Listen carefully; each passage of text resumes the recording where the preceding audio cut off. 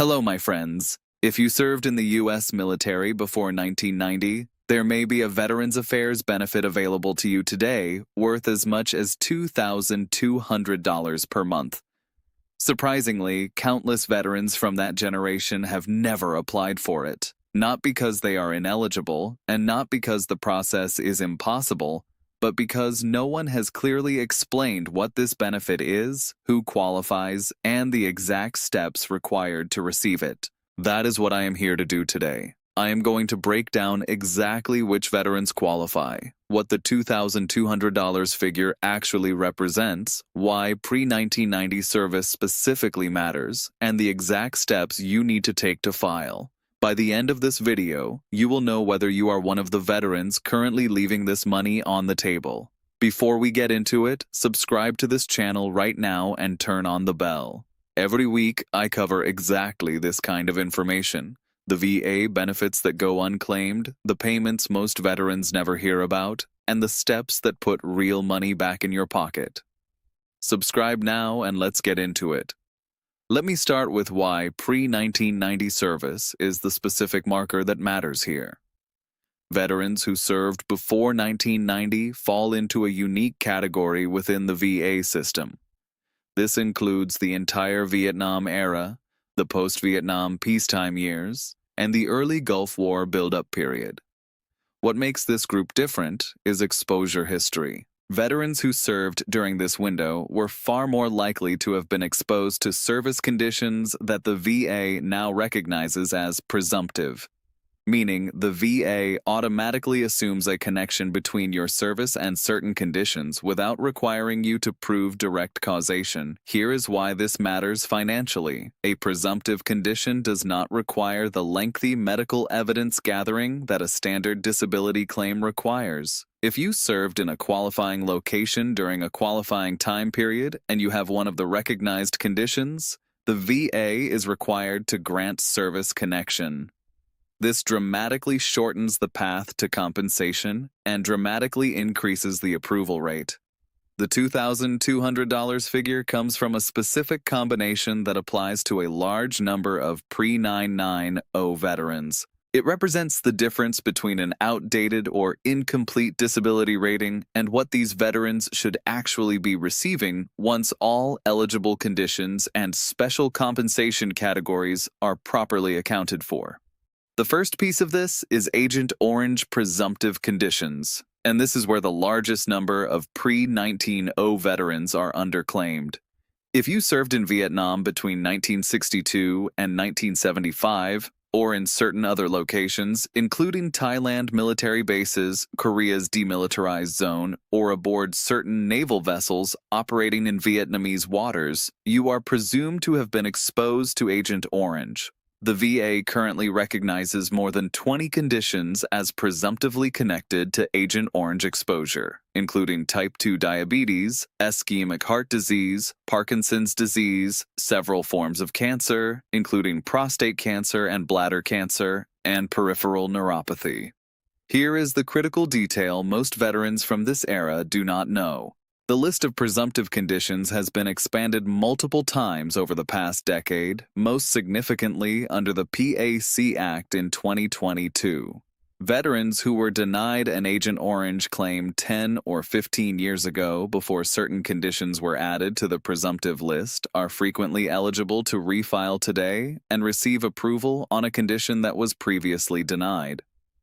If you served in a qualifying Agent Orange location and you have type 2 diabetes, heart disease, or any of the recognized conditions and you have not filed a claim or your previous claim was denied before 2021, this needs to be revisited immediately. The second piece is the often overlooked category of presumptive conditions tied to herbicide exposure outside of Vietnam, specifically for veterans who served on or near the Korean DMZ between 1968 and 1971, and veterans who handled, tested, or stored herbicides at certain U.S. military bases during the broader era. This group is consistently underclaimed because most veterans associate Agent Orange exclusively with Vietnam. If you served at Fort Drum, Fort Wayne, Eglin Air Force Base, Gakona, Alaska, or several other documented testing and storage locations during the relevant years, and you have a condition on the presumptive list, your path to approval is the same as a Vietnam veteran's.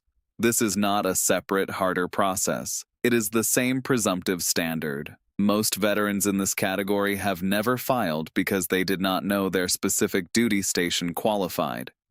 If you are unsure whether your duty station is on the recognized list, the VA maintains documentation of testing and storage sites, and a veteran service officer can help you confirm your location against that list at no cost. The third piece, and this is where the real money increases for many pre-1990 veterans, is the combined ratings recalculation. Here is something most veterans do not fully understand about how VA disability ratings work. When you have multiple service-connected conditions, the VA does not simply add the percentages together. It uses what is called the combined ratings table, which accounts for the fact that a person cannot be more than 100% disabled overall. A veteran with a 30% rating and a 30% rating does not end up at 60%. They end up at 51%, which rounds to 50%. This matters because many pre-1990 veterans filed their original claims decades ago for one or two conditions, received a rating, and never went back to add additional conditions that developed over time or were never properly connected to service. A veteran originally rated at 30% for a single condition in 1985 may now have 4 or 5 additional conditions that are service-connected and have never been formally claimed. Here is a real example of how this works. A veteran with an original 30% rating for a back injury who successfully adds Agent Orange-related diabetes at 20%, hearing loss at 10%, and tinnitus at 10% does not simply add those numbers. Under the VA's combined ratings formula, those 4 ratings combine to approximately 56%, which rounds to 55%. The difference between a 30% rating and a 55% rating for a single veteran with no dependents is $851.34 per month, $10,216 per year, and that number continues to climb as additional conditions are added and the combined rating moves towards 70%, 80%, or higher. This is the mechanism behind the $2,200 figure. It is not one single payment. It is the compounding effect of properly claiming every service-connected condition a pre-990 veteran is entitled to recalculated under the current combined ratings table. The fourth piece is hearing loss and tinnitus, which remain the most underclaimed conditions across every era of military service. And pre-1990 veterans are disproportionately affected because hearing protection standards during their service were far less rigorous than they are today. Tinnitus is currently the single most common service-connected disability in the entire VA system. Hearing loss is consistently in the top 5. Veterans who served in artillery units, aviation, armor, infantry, or any role involving sustained exposure to loud equipment without modern hearing protection are highly likely to qualify for both conditions. The compensation for tinnitus alone, rated at 10%, is $26.18 per month as a standalone disability. Combined with bilateral hearing loss, which is rated based on a hearing test and can range from 0% to 100%. Depending on severity, the combined impact on a veteran's overall rating can be substantial. Most pre-1990 veterans have never had a VA iological exam specifically to evaluate hearing loss for compensation purposes, even if they have mentioned hearing problems to their primary care provider for years. If you served before 1990 and you experience ringing in your ears or you have noticed hearing decline, schedule a VA iological exam and file a claim specifically for tinnitus and hearing loss. This is one of the most straightforward approvals in the entire VA system when properly documented. The fifth piece is special monthly compensation, which I want to mention briefly here because it specifically affects a subset of pre-1990 veterans with more severe service-connected conditions. If your combined conditions include loss of use of a limb, significant loss of function, or if you require regular assistance with daily activities as a result of your service-connected disabilities, you may qualify for special monthly compensation on top of your standard rating. This is not something the VA automatically evaluates. It requires a specific request, and many pre-1990 veterans who have lived with worsening conditions for decades have never had their file reviewed for SMC eligibility. Now, here is what you actually need to do with this information. Step 1. Pull your complete VA disability rating history from va.gov. Look at every condition currently listed as service-connected and the date each one was added.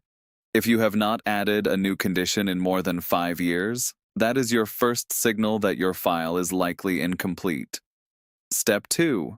If you served in Vietnam, Korea's DMZ between 1968 and 1971 Thailand, or aboard a vessel in Vietnamese coastal waters, and you have not been evaluated for Agent Orange presumptive conditions, file a claim specifically requesting this review. Include any diagnosis you currently have for diabetes, heart disease, Parkinson's, or any cancer. Step 3. Schedule a VA iological exam if you have any hearing concerns and have not been formally rated for tinnitus or hearing loss. Step 4. If you have multiple service-connected conditions that were rated separately over the years, request a combined ratings recalculation. Do not assume your current percentage reflects everything you are entitled to. Step 5. Contact a veteran service organization, the DAV, the VFW, or the American Legion chats for free assistance navigating this process. There is no cost to you, and an accredited representative can help you identify gaps in your file that you may not see on your own. So here is the complete picture for veterans who served before 1990. The presumptive conditions list for Agent Orange exposure has expanded significantly in recent years, and many veterans denied years ago are now eligible to refile. The combined ratings table means that adding even small additional percentages can move your overall rating substantially higher than simple addition would suggest. Hearing loss and tinnitus remain the most underclaimed conditions across this entire generation of veterans, and special monthly compensation exists for veterans with more severe conditions, but is never automatically applied. None of this happens without you taking the first step. The VA does not contact veterans from the pre-1990 era when new presumptive conditions are added. Your records are not updated automatically, and eligibility changes do not trigger benefit payments on their own. The process only begins when you submit a claim. If you served before 1990, you've already given years of service to your country, yet many veterans are still missing benefits they may have earned. This channel was created to help close that information gap. One veteran, one family, and one clear explanation at a time.